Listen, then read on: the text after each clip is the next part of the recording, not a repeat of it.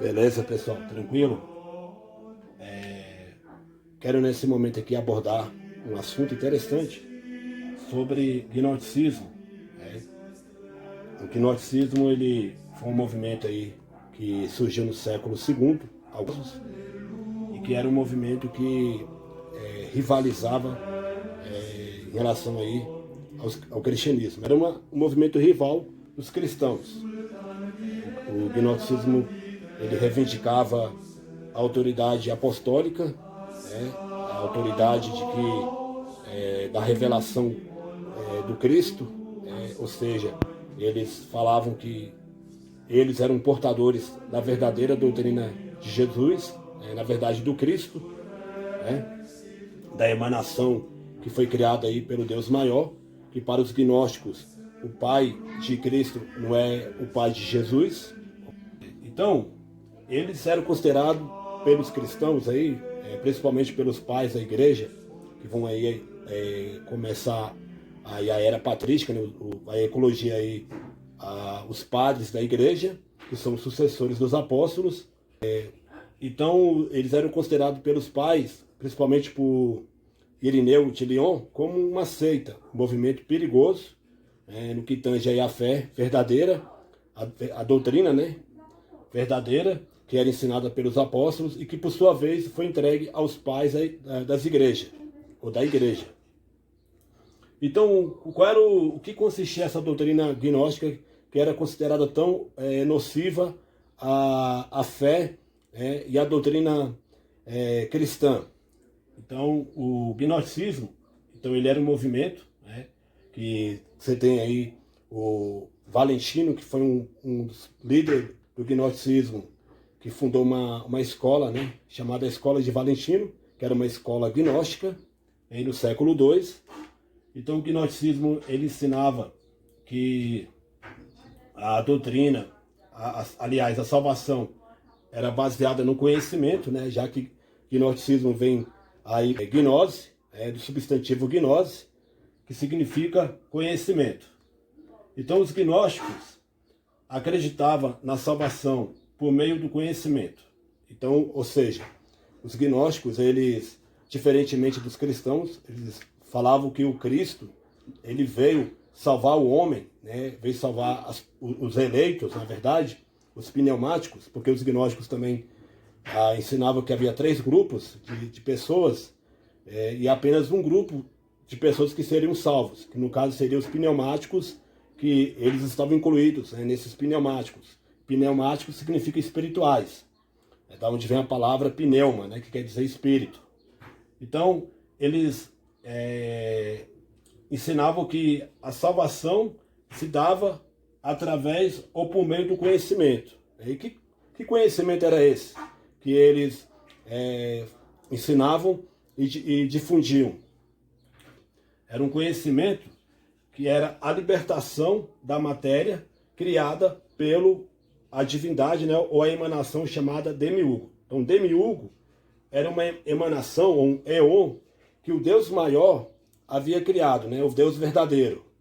Ou seja, o Pai de Jesus Cristo, que é o Deus de Israel, o Deus dos judeus, ele é considerado um Deus falso, uma divindade má, porque essa divindade má seria o próprio demiurgo.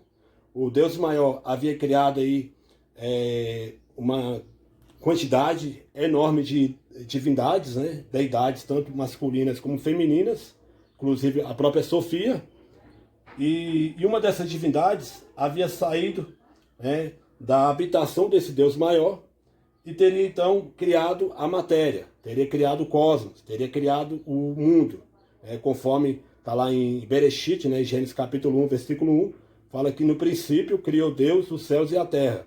Para os gnósticos, para o movimento gnóstico, esse Deus, essa divindade, era o próprio demiurgo, que era considerado uma divindade ruim, uma divindade má, que havia criado aí, então a matéria, havia criado os corpos.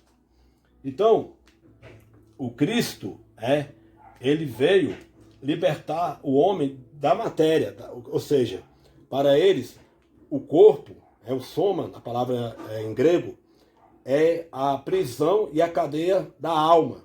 Então, o Cristo ele veio libertar o homem dessa prisão, tá?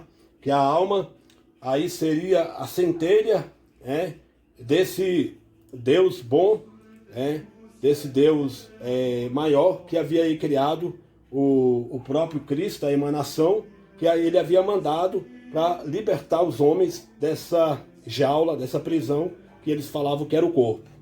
Então o Cristo para os gnósticos não é o mesmo Cristo dos apóstolos, do Novo Testamento, dos pais da igreja, que veio, como diz o apóstolo João, no capítulo 1 do seu evangelho, que o verbo se fez carne, e os apóstolos ensinavam que Jesus, a salvação de Cristo foi através do seu sangue, do seu corpo e através da sua divindade, Ou seja, aí você tem a união hipostática, a natureza humana e a natureza divina, ela fez essa junção para poder salvar o homem aí do pecado.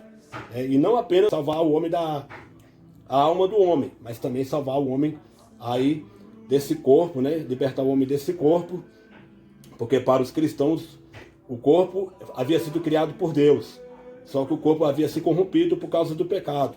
Mas através de Cristo, esse corpo ele vai ser o quê? Regenerado e vai se tornar um corpo incorruptível através da ressurreição. Mas os gnósticos, por sua vez, contrariavam essa doutrina e ensinavam que o Cristo ele veio apenas para salvar o homem do corpo.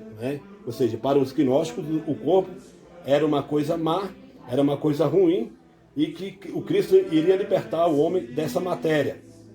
E a sua alma seria aí, a sua psique seria salva, por meio do conhecimento que o Cristo veio trazer. E quem tinha esse conhecimento? Só os gnósticos. Só eles eram os portadores do verdadeiro conhecimento a respeito da salvação trazida pelo Cristo, que para eles esse Cristo ele não tinha corpo. Então, claro que existia um outro tipo de gnosticismo que falava que ele, mesmo ele tendo assumido um corpo, mas esse corpo não era dele, o Cristo. Ou seja, quando o Cristo ele entrou no homem Jesus, ali na ocasião do batismo no Rio Jordão, por meio do profeta João Batista, a emanação, esta emanação que veio do Deus maior, chamado Cristo,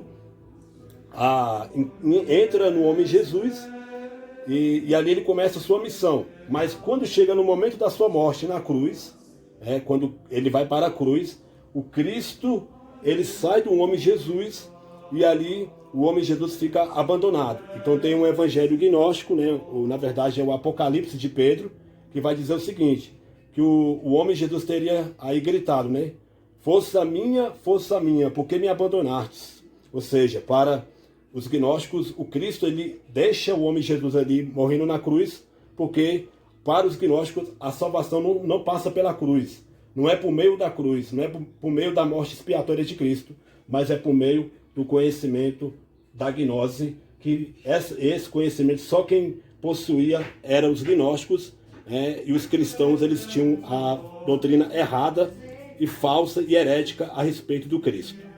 Ok? Na próxima aula a gente vai dar continuidade aqui nesse assunto.